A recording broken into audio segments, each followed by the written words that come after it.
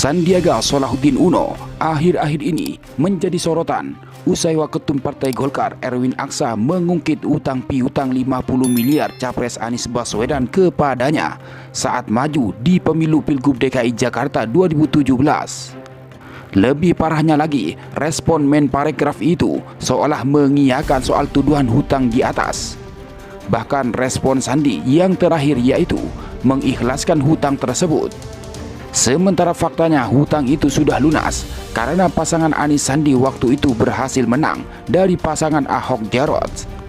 Lantas, haruskah Sandiaga Uno minta maaf pada Anies karena diduga memfitnah?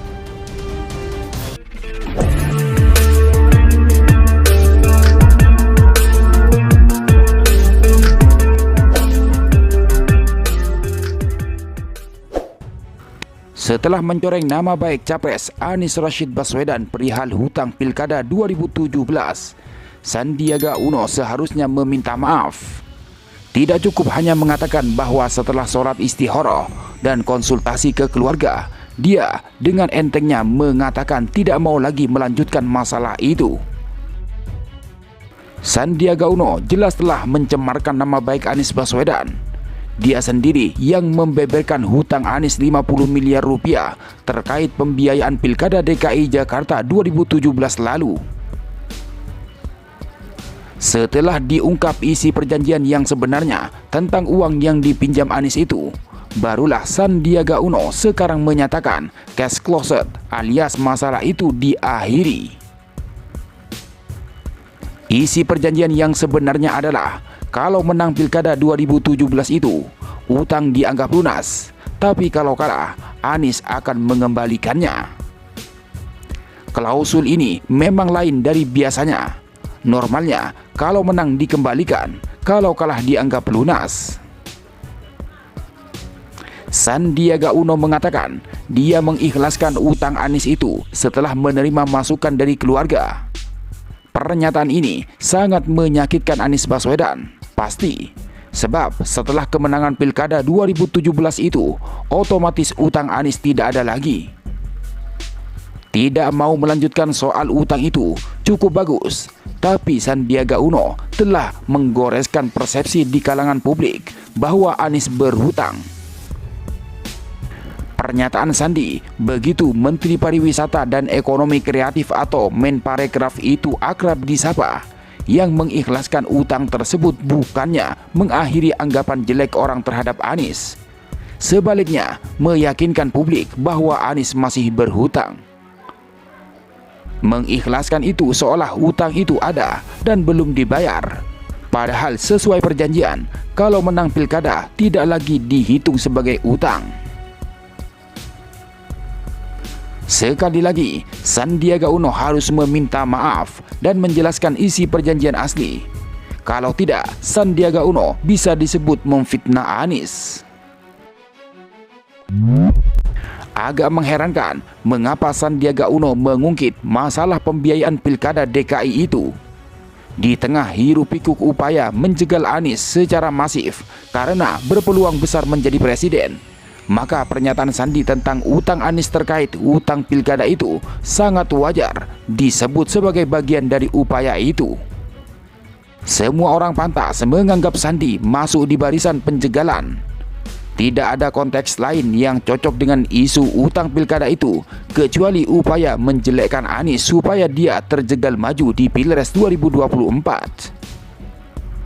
Apalagi kalau dilihat gambar besar peta Pilpres 2024, semakin jelas bahwa Sandi mengungkit utang Anies yang sebenarnya tidak ada itu, karena dia berada di posisi yang berseberangan dengan Anies.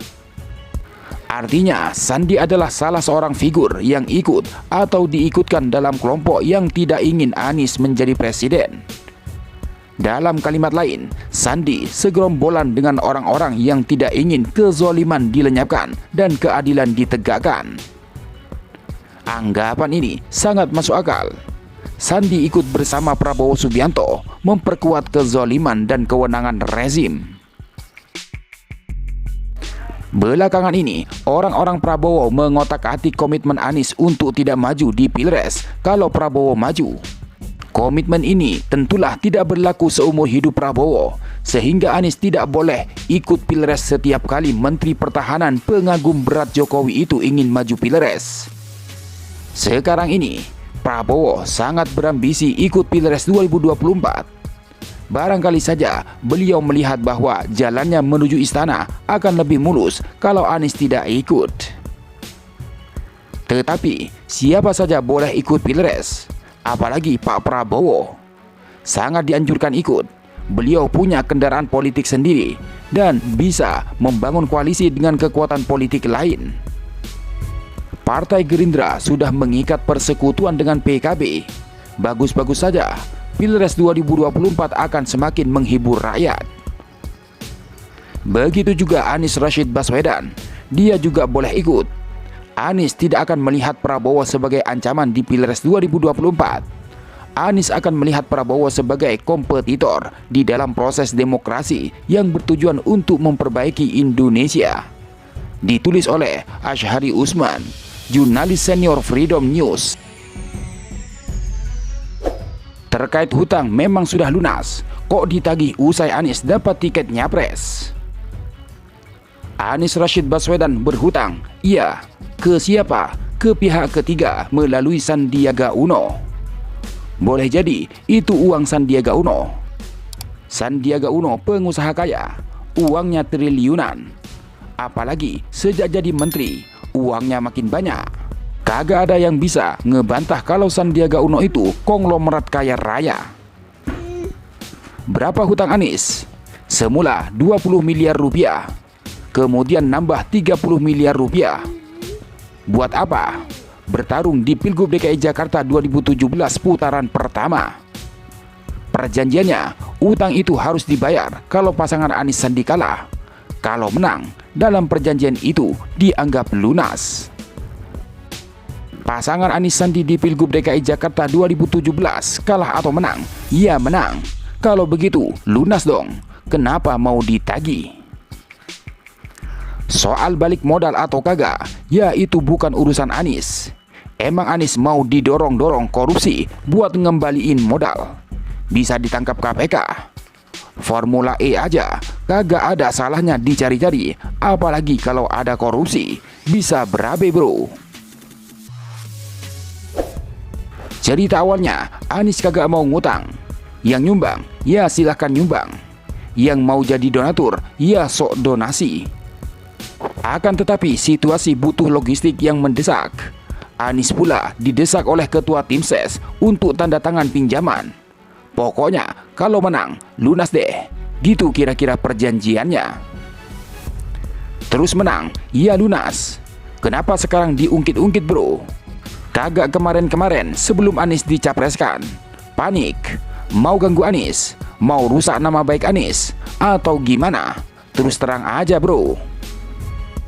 Kalau mau buka, buka aja. Capture isi perjanjian, biar terang benderang. Bila perlu, tuntut ke pengadilan. Seperti usul Ahmad Ali, Waketum Partai Nasdem. Ditulis oleh Alex Wibisono, pemerhati sosial dan politik.